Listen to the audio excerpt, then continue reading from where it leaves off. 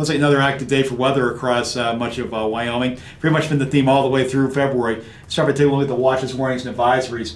Around Christmas Day, it looks like a Christmas tree with a lot of different colors on the map. You can see winter storm warnings across many of the mountains. Now, the difference with this system is it's going to be a warmer system, so there will be some rainfall. We have flood watches as well across Jackson Valley as well as the Star Valley. Also, winter weather advisories across portions of the Green Valley here, Basin as well. There could be some freezing rain here in the morning, a little bit of snow around DuBois. And these areas out here east of the divide, mainly around Casper, Jeffrey State, especially up here around Cody, these are high wind warnings. These are in effect pretty much all the way through the day. Today could be some very strong winds as well. We'll touch on each of those as we go through this. Starting to take a look at those very strong winds. Already seeing gusts over 50 miles an hour around the 3 o'clock hour here around Outer Drive south of Casper. Could be some wind gusts 50, 60, 70 miles per hour, maybe locally higher gusts. Those of you up here around Cody, especially in the Clark area, some very, very strong winds about 5,000 feet off the ground up to 80 knots. So if those get pushed down to the surface, could be looking at wind gusts maybe 90, maybe up to 100 miles per hour there at times during the day, today and tonight. So use extreme caution if you're traveling through that area. And also strong winds associated with the area across portions of the Wind River Range as well as across the Absarokas. So a lot of the snow that's falling in here is going to be blowing and drifting around as well, so watch out for that. And as far as temperatures for today, this is going to play a part here. See, it's fairly mild across much of the area. Many of the area is getting into the 40s, but take a look out here out west. A lot of the places there, you know, that's been mainly snow, maybe a little bit of freezing rain mixed in. But today, look across, especially the Jackson Valley, especially the Star Valley, well up into the 40s here, even some upper 30s, 40s up here in the Jackson Valley. Star Valley, very, very warm.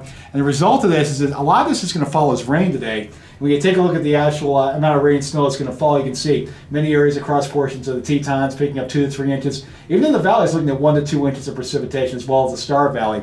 But a lot of this falling as rain, especially on top of the snow, could cause a lot of rapid snow melt. Also some localized flooding. Now this will turn back over to snow, but it probably will take most of the night on Thursday night, maybe even into Friday morning. So after a little bit of snow maybe this morning, it should be mostly rain during the day today. As far as the snowfall across the higher elevations, again, highest amounts in the Tetons, some areas maybe up to 2 feet there. 12 to about 15 inches across portions of the Central Wyoming range as well as the Wind River range. The big thing about this is the snow levels are going to be pretty high. Even up here around Jackson, we're looking at about 8,000 feet, maybe as high as 9,000 feet when you get down here toward the Central Wyoming range, especially later in the day when the warm air starts working its way in. And a lot of the snow that's going to fall is going to be the real heavy snow.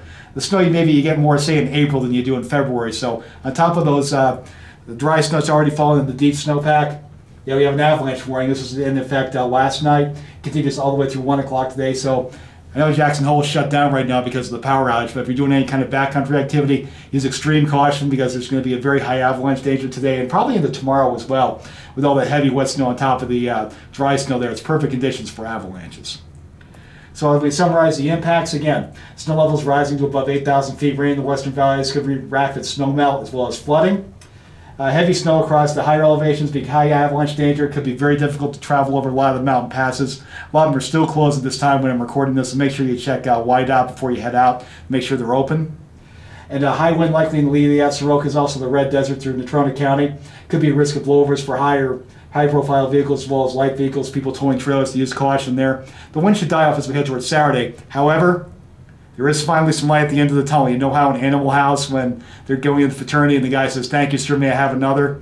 Those of you out west have kind of felt that way all through this month. However, as we head toward the second half of the weekend, looks like ridging builds in once we get through Saturday, especially Sunday into the first part of next week. Looks like we'll have a few days, maybe several days of mainly dry weather and sail conditions, so we'll have time to clean up and take a break from all this rain and snow and wind that's occurred over the past few days. Have a good day, everyone, and be safe.